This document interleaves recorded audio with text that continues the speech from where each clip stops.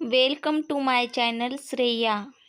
चला तर आज आपण आपला व्हिडिओ चालू करणार आहोत। त्याआधी आपल्या चॅनलवर नवीन असाल तर आपल्या चॅनलला सबस्क्राईब करा। अपमानाचे उत्तर इतके नम्रपणे द्या की अपमान करणाऱ्याला पण लाज वाटेल। या जगामध्ये, या दुनियेमध्ये अशी लोक आहेत की जे दुसरे कोणी लोक काय म्हणतील यामुळे आपली स्वप्न पूर्ण करू शकत नाहीत। त्यामुळे लोक काय म्हणतील हे विचार करणं सोडून द्या। लोक हसायला असतात, कोसायला नाही।